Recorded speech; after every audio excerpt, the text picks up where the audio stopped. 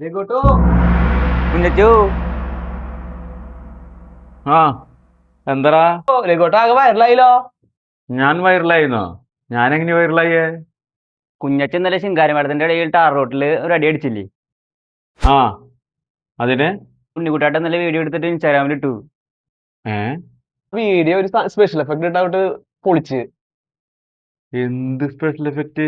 രഘുട്ട അടിയിലേ road രണ്ടായിട്ട് പൊളിയുന്ന ഒരു സാധനം കിട്ടു. എന്നിട്ടൊരു ക്യാപ്ഷനെ കൊടുത്തു, റോക്കി ബൈ റിട്ടേൺ. ആ സാധനം ഇപ്പൊ ഇൻസ്റ്റാഗ്രാം ഒന്ന് ഭരിക്കുക രഘുട്ടോ. ഏ എത്ര വലിയ വൈറലായോ? കുഞ്ഞച്ചന്റെ ശക്തിയുള്ള കൈ കാണാൻ കുറെ ആൾക്കാർ വരുന്നുണ്ട്. രഘുട്ടനെ അഭിനന്ദിക്കാൻ വേണ്ടിട്ടാ. ഏ രഘുട്ട ആ ശക്തിയുള്ള കൈകൾ ഞങ്ങളൊന്ന് ആദ്യം കാണട്ടെ. അത് വേണോ? ഞങ്ങളെ കൂടെ ഒന്ന് കാണിക്കേ.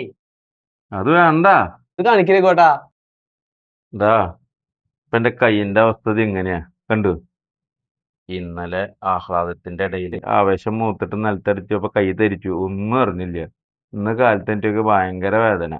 മെഡിക്കൽ കോളേജിൽ കണ്ടപ്പോ നല്ല നീര്, 3 സ്ഥലത്ത് എല്ല് പൊട്ടിയേക്കുന്നുണ്ട്.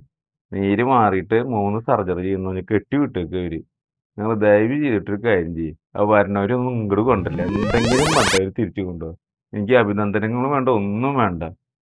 ഇന്നും നാറ്റിക്കാതെ വിട്ടാൽ മതി.